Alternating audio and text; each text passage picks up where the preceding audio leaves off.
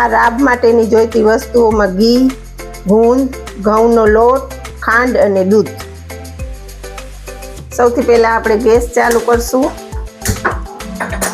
હવે આ ઘી છે એ આપણે કણાઈમાં નાખી દેવાનું છે.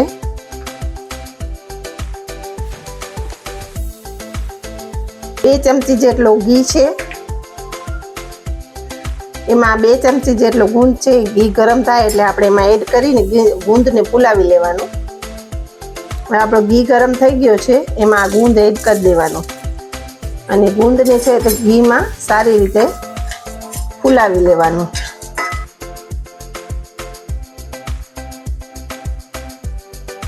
તમે જોઈ શકો છો કે ગુંદ બરાબર ફૂલાવા માંડ્યો છે. ગુંદ જરાક કાચો ન રહેવો જોઈએ.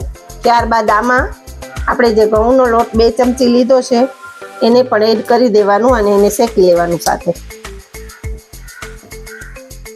આ તમે જોઈ શકો છો કે અંદર જે આપણે ઘઉંનો લોટ નાખ્યો છે એનો કલર ચેન્જ થઈ ગયો છે. હવે ત્યારે જ આપણે દૂધ અંદર એડ કરી દેવાનું.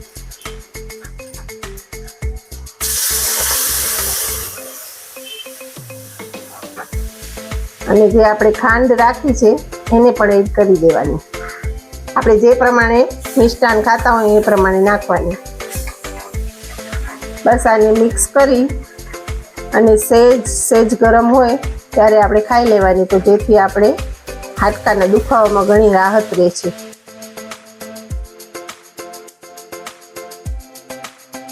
આપણી ગુંદવાળી રાબ બનીને તૈયાર છે, જેમાં મેં થોડાક ડ્રાયફ્રૂટ નાખ્યા છે. તો આવા જ નવા વિડીયો માટે મારી ચેનલને લાઈક, શેર, સબસ્ક્રાઈબ કરજો. આવજો. જય માતાજી.